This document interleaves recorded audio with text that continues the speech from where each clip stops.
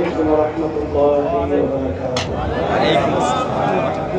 الحمد لله وكفى وسلام على عباده الذين اصطفى. أما بعد أعوذ بالله من الشيطان الرجيم. بسم الله الرحمن الرحيم.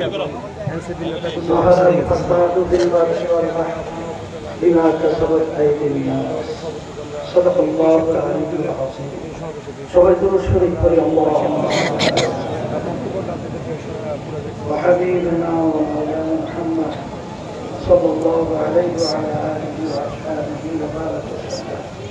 ইসলামী আন্দোলন বাংলাদেশ হোমনা উপজেলা শাখা কর্তৃক আয়োজিত আজকের সমাবেশের সভাপতি, মঞ্চে অন্যান্য রাজনৈতিক দলের নেতৃবৃন্দ, সামনে উপস্থিত রয়েছেন বিশেষ করে ইসলাম প্রেমিক, দেশপ্রেমী আমার ভাইরা, কথা শুনতেছিলাম, আল্লাহ কবুল করলে আরো শুনব। তবে 5ই আগস্ট 24 আমাদের দেশ যে অভ্যুত্থান হয়েছে, 53 বছরে আমাদের দেশ সুন্দর দেশ গঠন করার সুযোগ 53 বছরে ছিল না, 5ই আগস্টের পরে এসেছে। এই সুযোগ যদি আমরা কাজে লাগাতে না পারি, তাহলে আমাদের ভবিষ্যৎ প্রজন্ম সন্তানগুলো যখন ইতিহাস পড়বে, তখন আমাদেরকে ধিক্কার জানাবে, আমাদেরকে নিয়ে তারা সমালোচনা করবে এবং আমাদেরকে নিয়ে তারা দুঃখ করবে। এই বাংলাদেশ স্বাধীন হতে গিয়ে লক্ষ লক্ষ মানুষ জীবন দিয়েছিল। 24শে জুলাই এবং 5ই আগস্ট এই গণ অভ্যুত্থান হাজার হাজার মায়ের পর সন্তান হারা হয়েছিল, হাজার হাজার পণ্য হয়েছিল। শত শত আমার ভবিষ্যৎ প্রজন্ম সন্তানগুলো আর কোনদিন আলো দেখবে না, চিরতরে অন্ধ হয়ে। এখন বর্তমানে আমরা কি লক্ষ্য করেছি, যে 53 বছরে যেই পদ্ধতিতে আমাদের দেশের নির্বাচনের মাধ্যমে এই দেশটা বারবার তাম দুনিয়ার ভিতরে 5 বার চোরের দিক থেকে ফাঁস হয়েছে, হাজার হাজার মায়ের পর সন্তান হারা হয়েছে, আমাদের এই টাকা বারবার এদেশ থেকে পাচার করে বিদেশে বেগম করা তৈরি হয়েছে। এমন আপনারা দেখছেন শব্দ আওয়ামী লীগ ফ্যাসিস্ট তার ভূমিমন্ত্রী আপনার 3টা দেশের ভিতরে প্রথম আলোর রিপোর্টে আসছে 620টার মতো শুধু তার বাড়ি পাওয়া গেছে। তার মূল্য প্রায় 5,700 এত কোটি টাকা। এই টাকা কি তার বাপে রেখে গেছিল না তার দাদাই রেখে গেছিল? এই টাকা আমাদের বাংলাদেশের জনগণের কষ্ট অর্জিত। এই সম্পদ সরকারি ফান্ডে জমা হয় এবং বিভিন্ন কৌশলে ওরা ক্ষমতার চেয়ারে বসে আমাদের দেশের টাকা বিদেশে পাচার করেছে। এই দেশে আয়না ঘরের মতো ইতিহাস বিরল মানুষকে কষ্ট দেওয়া সেই চিত্র আমরা দেখেছি এই বাংলাদেশের মধ্যে। এখন আপনারা লক্ষ্য করেছেন যে বারবার আমাদেরকে ধোঁকা দিয়ে, বোকা পেয়ে ধোঁকা দিয়ে ওরা আমাদেরকে ব্যবহার করে। সেই হিসেবে ক্ষমতার মস্তকে বসে আমাদের দেশকে নিয়ে বিদেশের এজেন্ডা বাস্তবায়ন করেছে। আজকে এই পরিবর্তনের সময় যদি আমরা ভুল করি, তাহলে আল্লাহ ভালো জানে আবার কবে, কখন, কোন যুগে আবার এই পরিবেশ আসবে, এটা কিন্তু বলতে পারাও কিন্তু কঠিন, ঠিক না?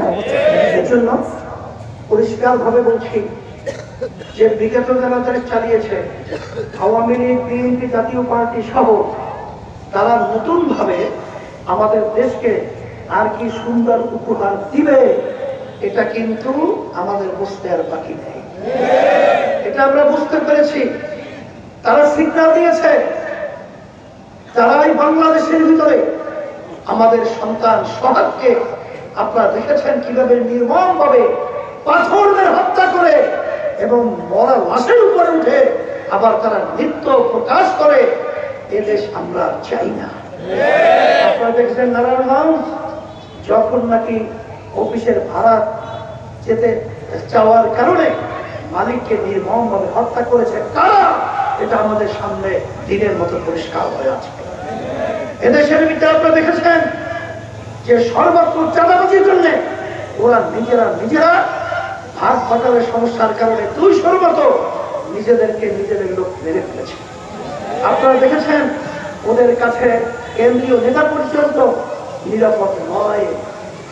সবচেয়ে বড় কথা হলো যে আপনারা কালকে যে ঘটনা দেখেছেন, বর্তমান যে নির্বাচন কমিশন রয়েছে তার সামনে বসে তারা যে আচরণ এবং তাদের যে চরিত্র প্রকাশ করেছে, সামনের নির্বাচন আমাদের দেশে সুস্থ হবে, সুন্দর হবে, এটা কখনোই বিশ্বাস করা যায় না, এটা মেনে নেওয়া যায় না।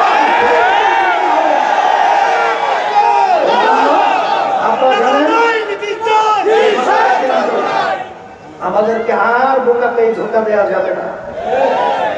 এখন বাংলাদেশের মানুষ কিন্তু সজাগ, আর আমাদেরকে 53 বছর সেই ইতিহাস আমাদেরকে বলতে বলা যাবে না। আর আমাদের মায়ের কোন সন্তান হারান আমরা করতে চাই না। সেই হিসাবে আপনারা জানেন যে 35-40% ভোট নিয়ে দেশ পরিচালনা করে সংবিধানকে চটি বই হিসেবে তারা ব্যবহার করে, কথা ঠিক না? আর 60-65% মানুষের ভোটের কোন মূল্যায়নই হয় না। এই জন্য 91 দেশের মধ্যে পিআর পদ্ধতি রয়েছে। ওরা বলে পিআর পদ্ধতি সংসদ হবে। আমি পরিষ্কার ভাবে তাদেরকে বলতে চাই যে দেশের পিআর অ্যাপ্লাই করেছে তারা কি পিআর পদ্ধতি দিয়ে ফিরে এসছে? যদি নাই এসে থাকে তাহলে এই ক্রাইমের কথা আছে, আর আমাদের হাইকোর্ট দেখিয়ে লাভ হয় না, কথা ঠিক না? ঠিক। এই জন্য আমরা পরিষ্কার ভাবে বলছি নির্বাচন কমিশন প্রশ্নবিদ্ধ, কারণ সে বলেছে যে পিআর পদ্ধতি সংবিধানে নাই। তাই সংবিধান অনুযায়ী আওয়ামী লীগ সরকার থাকার কথা ছিল 29 সাল। এখন আপনারা যে নির্বাচন ঘোষণা করছেন এটা কোন সংবিধান? এই ধরনের হাইকোর্ট দেখি আমাদেরকে ধোকা দিয়ে আর বোকা বানানোর দরকার নাই, আর পারবেন না, কথা পরিষ্কার। এদেশের হাজার হাজার মায়ের কোন খালি হয়েছে, সেই মায়ের কারণে এখন আমাদের কানে ভাবছে। যখন মা বলছিল আজকে কয়েকদিন পর্যন্ত আমার সন্তান আমাকে মা বলে ডাকতে না, আজকে সেই পানি মুখে সেই শব্দ আমাদের কানে ভাবছে। আজকে আবু সাইদের সেই হাত প্রসারিত করে এই দেশকে রক্ষার জন্য যখন তিনি রাস্তায় লুকিয়ে পড়েছিল, এই হায়ানা তার বুকে গুলি করে আমরা যেন করে নির্বাচনের মাধ্যমে এই চাঁদাবাজদেরকে, এই খুনিদেরকে আর বছরে দেখতে চাই না। এই লক্ষ্যে আমি পরিষ্কার ভাবে বলছি, আল্লাহ রাব্বুল আলামিন বলেছেন যে জাতি নিজেদের ভাগ্যের পরিবর্তন না করে সে জাতির পরিবর্তন ভাগ্যে আমি করি না। এর পরিবর্তন আমাদের কি করতে হবে? এই জন্য আসেন সুযোগ আসছে, বেশিরভাগ রাজনৈতিক দল আজকে পিআর পদ্ধতির নির্বাচনের ব্যাপারে একমত হয়েছে, কিন্তু যারা নাকি পিআর পদ্ধতির বিরোধিতা করে তারা কি দেশের জন্য? আসলে না দলের জন্য, না ব্যক্তি স্বার্থের জন্য। এটা কিন্তু আমাদের পরিষ্কার বুঝতে হবে। পিআর পদ্ধতি আপনাদের অসুবিধা কোথায়? যদি বাংলাদেশের মানুষ আপনাদের সমর্থন করে আপনারাই ক্ষমতায় যাবেন, কি কথা ঠিক কিনা? কিন্তু মূল ব্যাপার হলো ওই গুন্ডাবির তাণ্ডব চালানো যায় না। কালা টাকা এর মাধ্যমে গুন্ডা তৈরি করা, বিভিন্ন পর্যায়ে পরিবেশ তৈরি করে ভোট সেন্টার দখল করে নিজেদের বাক্সে ভোটটা ঢুকিয়ে সেই পরিবেশ ক্ষমতায় যাওয়ার তৈরি করা যায় না। এককভাবে ফ্যাসিস্ট চরিত্র সরকার তৈরি হয় না।